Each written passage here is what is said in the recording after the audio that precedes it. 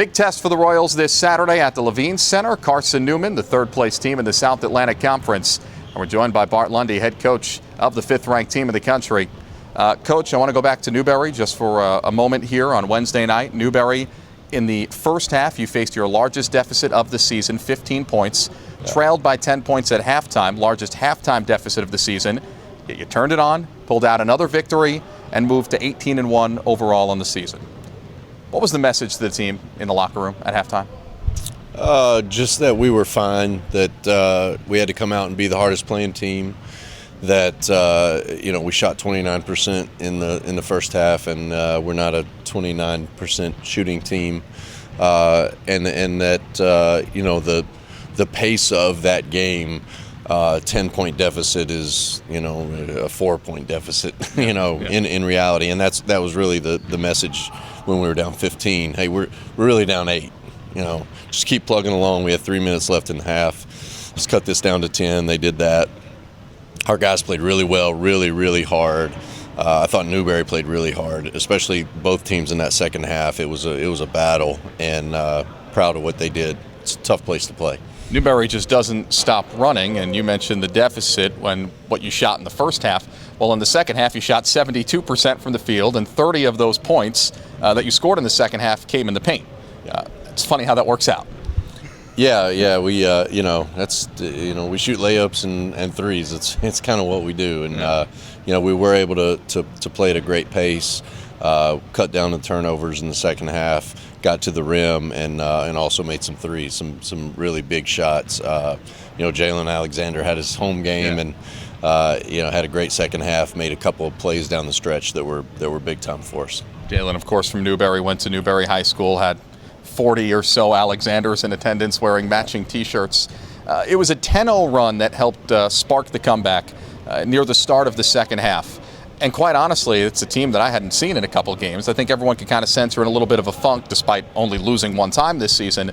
And then you put together maybe the best half of basketball since the first half versus Carson Newman the first time around. That first half of basketball, is that more the team that or that second half of basketball, excuse me, is that more the team that we're going to see kind of pressuring the ball, getting out and running a little bit?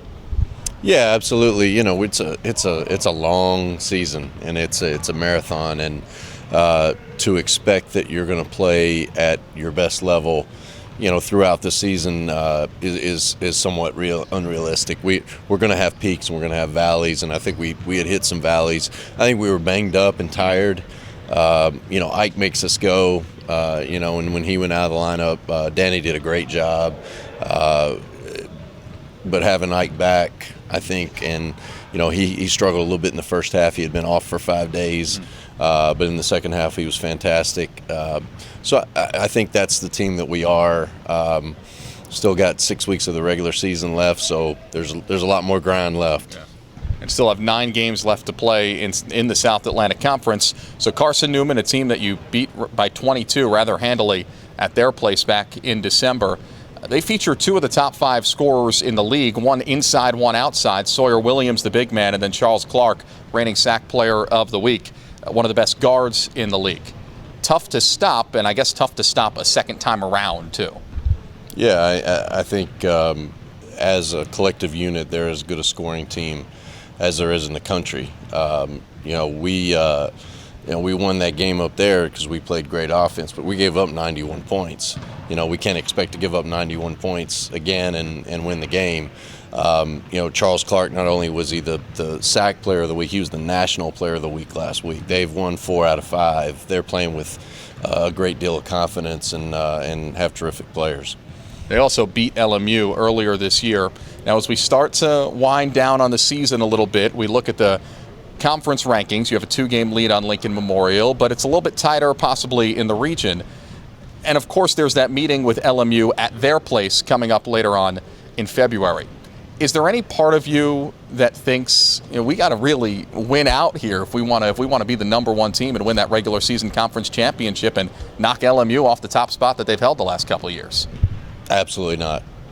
We don't really think that way. I'm glad you're thinking that way, Phil, but We just want to play well against Carson Newman. I just want to have a good practice today. So, we take it a day at a time, and I know that's cliche, but it really is our approach. And, I think our guys love to play. They love each other.